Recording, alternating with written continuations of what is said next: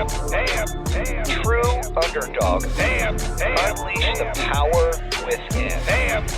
Build it a movement, baby. True Underdog. True Underdog, unleash the power within. Jayson Waller here with my co-host, John LeBlanc. We've got a special guest today, Jay Feldman. Jay, how are you doing today? I'm doing great. Thank you for having me on your podcast. Hey, I'm super excited to have you. So, a little bit for the listeners, our listeners are nationwide, and I know you've got a huge name here in the Detroit area, but can you kind of give them a quick thing of who you are and what you're doing? So, my company's Feldman Automotive, and we have 10 locations, car dealerships in Michigan and Ohio, Chevrolet, Chrysler, Jeep, Dodge, and Ram, Hyundai, Kia, Genesis, and just recently acquired a Buick GMC dealership in Columbus, Ohio. Columbus, Ohio. We got offices there. We love that. Yeah, it's a great town. So, and you've grown up here in Detroit your whole life? Yes. Yep. Okay. Yep. And went to school here? I went to Andover High School, and I went to Northwood University. Where's Northwood University? Midland. Midland. Man, I'm not from here. I didn't know. Right by Saginaw. He's from Saginaw. You're Yeah. Is that like farmland? We were talking if John's from farmland. Midland's not so farmish, but it's way more farmish than here. It's more built up now than it was when I went to school there. I came home every weekend when I went to school there. So home was here, but you went to school there. Yeah. Okay, good. All right, what'd you study at Northwood? Business and marketing, automotive marketing and management, and so I graduated in 92. Yeah. 92, got right into automotive then? Right away? Yeah. I started managing a dealership when I was 19. I started selling cars when I was 15. Tell us about that. Yeah, that was selling and hustling cars at 15. How did that go? You know what? It went great. I loved it. I mean, I've always wanted to be in the car business, and so it was really exciting. And started managing my first dealership when I was 19, and owned my first Chevrolet store when I was 25. So that's what Suss was just in here a little bit ago, and he said that he worked with you at 24, 25. Yeah. He's like, I got this young kid owns his first dealership. I'm like, wow, this is impressive. You're going to do well. Yeah. So I remember the day that Suss and I met. I had my first store under construction, so he and I were walking around the building in the in the middle of the dirt and everything, and he told me what his retainer was at that time, and so I said, "Give me 25 years. I don't think I can afford it. We gotta postpone this thing a little bit." So sure enough, that was in 1995, and then we reconnected in 2015, 14, 15. Okay. So, and then you're like, hey, we can use you to do the TV commercials, and yeah, I love your guys' commercials. Yeah, by the way. thank you. I mean, they're hilarious, and the jingle you guys got, they're pretty good. Yeah, did you see the latest one? We're everywhere, man. Yes, that's the one I love. Yeah, and it's showing every city. Yeah, I don't know if I saw Birmingham though. You know what? There was. Did you see the photo of Suss in front of Starbucks in Birmingham in there? It's buried in the. No, I'm kidding. Yeah, I was trying to go through it again, check it. So let's talk about this. So, on our podcast, our goal here is really to help educate the consumers of, different types of folks and things that they've had to overcome at an early age or during business, taking a chance, risks, things that have gotten tough. Obviously, you owned a dealership and then the economy dropped. That was during the times you owned dealerships, and you continued to grow that after that. We like to share, where people have been. What did they do about that? How did they overcome that? And then where are they at now? Like, what advice could we give to them? So let's talk about a time that, whether it was when you were younger or when you were early into business, that your back was against the wall and you had to make tough decisions. What was a time like that you can share with the folks? So I would tell you the first time in my business where I really had, my dad had a saying, turn, you can say whatever you want. Yeah, turn horse shit into apple butter. And so in 2001, after I had a really successful Chevrolet store in Highland, and was really proud of it. We did very well. Took a business that was small and really built it up. And in 2001, I got a letter from General Motors that they were adding a new Chevrolet store 10 miles away from me at I-96 and Milford Road. So I remember when opening that letter, and my heart almost fell out of my chest because I knew that it would have an impact on my business. So I called up some guys I knew at GM, and I thought, I didn't know why they were doing this. I said, hey, you guys we shouldn't, somebody should stop this. We don't need it, blah, blah, blah. So the cool thing, without getting into all the details, it ended up becoming my store. So, that was one of those things where for about 2 weeks, I thought I was having a outer body experience. I think I lost 10 pounds because of stress. And So ended up working out great. So that's so I ended up opening that store in May of '05, and that was my second Chevrolet store. And it was 10 miles from the other one. Yeah, And that worked out okay, though. Yeah, at that time, 10 miles was 10 minutes away. Today, that Sure. same drive is 20 because of all the minutes. traffic Half hour. is 20, 25 minutes. How'd you get the store? I don't know if I can tell that story, but it's it just somebody was a fan within Gotcha. the company and All right. and did me a huge favor. So, but that ended up kind of catapulting my career, and then from there, of course, during the GM bankruptcy, that was a sad time for a lot of dealers. For me, it worked out okay because some of the guys that came out of that bankruptcy needed some assistance. So I partnered with other dealers, and that again. Catapulted the business. Yeah, because by allowing me to partner versus buying them out, it was a lot. I didn't have to come up with as much money to do that, so it really helped my, my business model. So you went from 2 stores to how many? So in '09, when GM went bankrupt, I right after that, within a few years, I ended up with I went from 2 to 5, I think, pretty quickly, and so, and they were really good stores. So, When the economy, in 07, 08, when everything, we had our issues with the economy, how did that affect your business? well, interestingly, believe it or not, when GM went bankrupt and a lot of these dealers, some of my competitors, couldn't get cars and parts during that year, we had an artificial injection of clientele, because they couldn't go anywhere else. They had to go to us. So, so as strange as it is, that was some of the best years we had because of that, nuance. And then today we've got everything going on with this virus. Do you see that impacting business at all? Or Well, it's interesting. It has. It's obviously very sad, and I'm hoping it doesn't get much worse, but I think it's going to. A lot of the schools being closed, I think, has maybe helped us a little bit because people don't have anything to do, so they're coming to a dealership to shop, and I think they're avoiding some restaurants and things like that. People have a weird thing with food when you think about viruses, right? Mhm. So I didn't even think about that, but you're right. But for us, for whatever reason, the last few days we've been pretty busy, and I think it's because people, their kids are out of school, and so they don't want to sit home. So I think that maybe is part of the phenomenon. I don't know. Retail therapy or something, right? Go out, do a little shopping. Yes. What about so digital? So you're growing your business. Is cars the only thing you're doing right now? I'm also invested in the hamburger business, believe it or not, restaurants, Wahlburgers. Okay. So I'm a partner in 3 states, Ohio, Michigan, and Georgia. So we have 10 locations and growing. But so that's Great food. I've been to the one in Royal Oak and been to the one did you like downtown it? Detroit. Love it. yeah, Love it. good. It's good. Yeah, good. So it's a special sauce that's made or something? Yeah, the wall sauce. Yeah, the wall sauce. Is there any ingredients we can get a scoop on what that is? I It don't- tastes like they Thousand don't even Island tell on me what- steroids, right? They don't even tell me what's in it. We got to Right. call Chef Paul and ask him. There you go, Chef Paul. So you've got your hands in other things, but you've been a real big community guy here in Detroit. Let's talk about, you told us the story that your business flourished. You had a 2-week hiccup there that you guys had to overcome, and then things worked out your way. You talked about, when the economy was bad, other people suffered. I was in the security business back then, so that didn't affect me either because there were other companies that only depended on new homes, and they were selling security to new homeowners only.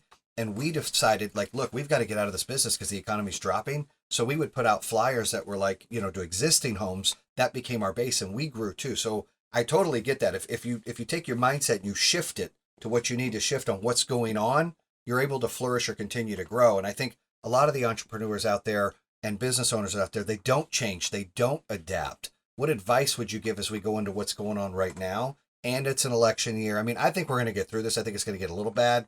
Then I'm positive I think it's going to go okay. But what advice would you give to folks to be able to shift, be able to change? Well, you know what? I don't know that I'm qualified to give advice on, what to do in this situation. I mean, it's obviously these are uncharted territory. It's, these are, strange times. I mean, who would have ever thought that we'd have a pandemic, taking over? I do hope that it's maybe too hyped up. I don't know. Hopefully hopefully that's the case. We've had some, people don't even forget in '09, with swine flu, a lot of people got That's right. sick and died. But for whatever reason, this has become a lot more newsworthy. and had a major impact on the economy in different industries. You look at all the businesses that are closed, from you got cruise ships, you got movie theaters, you got casinos, you have major sporting events and all this stuff. So I mean, it's unfortunate. I think it's going to take a toll on the economy. I think there's going to be a lag, on the impact to it. But I don't know that I can give advice. I don't know enough about it. Hopefully, it doesn't get worse than it is, but I think it's going to. So I think, the advice I would give is maybe cut some expenses in your business that you can, this is, what do they say? Good habits are made in bad times, and Right. bad habits are made in good times. So this is probably an opportunity where you got to take a Run look thin at and lean and make sure you're Exactly. shifting what you're doing. Exactly. And I think just being proactive and finding a way to relate to your customers, Yeah, because I don't think things are going to stop. I think we've just got to find a way in a different world of what we can or can't do. What scares you about the future? Is there anything that scares you? Yeah, I think it concerns me how everything we do, we're trying to find a way to eliminate people in all these different businesses. From fast food where you touch a screen and there's nobody helping you, and all of a sudden you're, I think that's where that's headed. You look at the internet, and how that's positively and negatively impacted business. It's squeezed margins on products. You have from Amazon to all the different retailers online. And unfortunately, you see a lot of fallout. We see there's a lot of businesses with the out of business sign on All them. the box stores Sure. closing. So you wonder, if nobody needs anybody to work at their business, what are all these people going to do? Are they going to sit home and just order goods online, and or who's going to pay for all this shit? So People are even ordering cars online. People can buy cars online. So, I mean, how do you guys interact with that? How do you guys pivot with that? Well, it is true. Most of the shopping is done online, but the good news is people still want to touch and feel and Sure. drive in a car. So, fortunately for us, I don't think it'll be. It's not going to take over as far as dealerships going away and somebody completely ordering a car online. There's so many regulations that prevent that from happening, wet signatures and different things like that. And again, most people still want to go to a dealership and check out a vehicle. So Yeah. I think it's going to have an impact. Just I don't think it's going to be. Yeah, So you're running dealers at a point in your time, and then you decide to get into the restaurant business, the hamburger business, right? Why? Well, that's kind of an interesting thing. About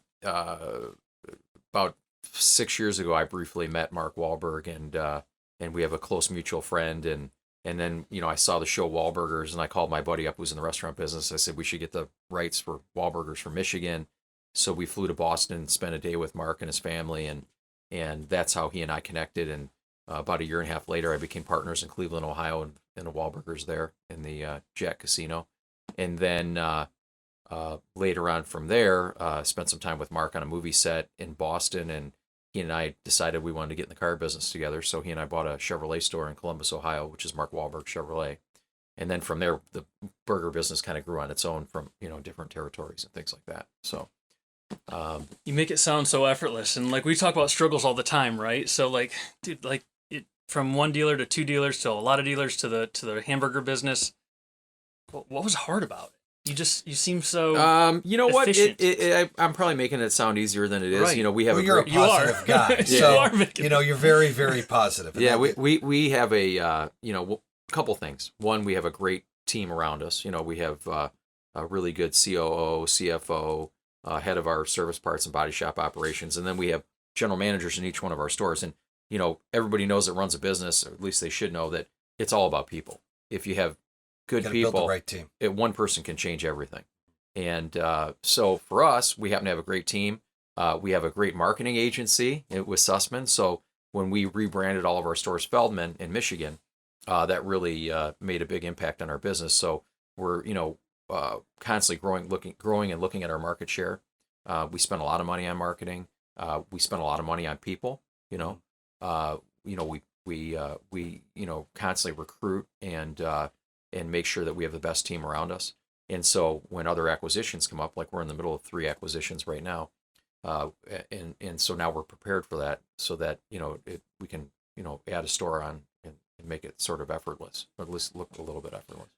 When you have fear, how do you usually handle fear? Because you're one of the most positive people I've met, right? Nothing, everything's kind of laid back. You're like my business partner, Kevin, too. That's what I think, that energy, it's because me and you are probably a little opposite. I'm real loud, like, oh, here we go, let's go. And you're more like, hey, it's cool. That's how he is. And I love that because it's such a positive outlook. But when fear hits you, how do you deal with that? I try and just stay positive. I try not to freak out. I try and find a way to fix something. My wife always says I'm a fixer. I got to fix everything. So like Fix It Felix, right? Huh? Like Fix It Felix on you seen the movie? Yeah. Okay, yeah. Yeah. So that's my thing. Like I try and find what's the solution? What are we going to do to fix this instead of freaking out and crawling in a corner? You can't do that, especially when you're a leader of a business. We have 1,200 team members that depend on me not freaking out. So you handle that very well. What about electric cars? We saw the commercial on the Super Bowl. Yep. Saw that there's an electric Hummer coming. Right. Where do you see the car business going with the electric cars? You think it's going to be a here and gone tomorrow? Is it the future? Is it going to come as fast as people think? What is your take? Well, you know what? I think it's uncharted territory. I was at General Motors EV Summit a week or so ago. There's no question about it. General Motors is all in on the electric vehicles, like most manufacturers. There's hundreds of electric vehicles in the works right now. And I think there's 25 or 30 slated to come out in the next 2 years between all the manufacturers. The only thing I would tell you about the electric vehicles is that I don't know that we have the infrastructure in place to handle all the electric vehicles. I think that people need to realize too that electricity comes from burning, fossil fuels. So it's not, in my opinion, I'm a little surprised. I mean, I don't know. I mean, it's interesting to think how we're all in on this thing. And Tesla has been successful because the government's been subsidizing those vehicles at $7,500 a piece. Well, when you have hundreds of electric vehicles, the government's not going to subsidize all these cars. They can't afford to. And it would be ludicrous to do that. And the other piece of it, we've seen it this week where oil is, $30 a barrel. And I think you're going to find that, the Saudis aren't going to, stand by and do nothing. They're probably going to price gasoline at $1 a gallon. And so now again, how do you sell, an expensive electric vehicle? I don't know. I mean, I think it's obviously coming. Yeah. To what degree? I don't know. Consumers still like gas-powered vehicles. I don't know. I mean, I don't know that is hybrid the right solution, having a combination gas and electric. Toyota thinks so. I don't know. Out of my expertise, all I can tell you is that I think it'll be interesting to see how far it'll go with all the different obstacles that are going to pop up. Yeah, I'm a big fan of the electric cars. Obviously, I don't buy a Tesla. It's a competitor of ours, and we're in the solar business. So we're always pushing the utility companies like, look, get more renewables, and you don't have to worry about burning coal and fossil fuels, and we can, get the electric cars out there. But I would say there is some concern. I would agree with you that the infrastructure of what the utility companies have now, they can't handle the power. Now imagine, there's 8 million people in Michigan. Let's say, 10% of that, 800,000 get electric cars. That's 800,000 people charging their cars at night. They can't handle.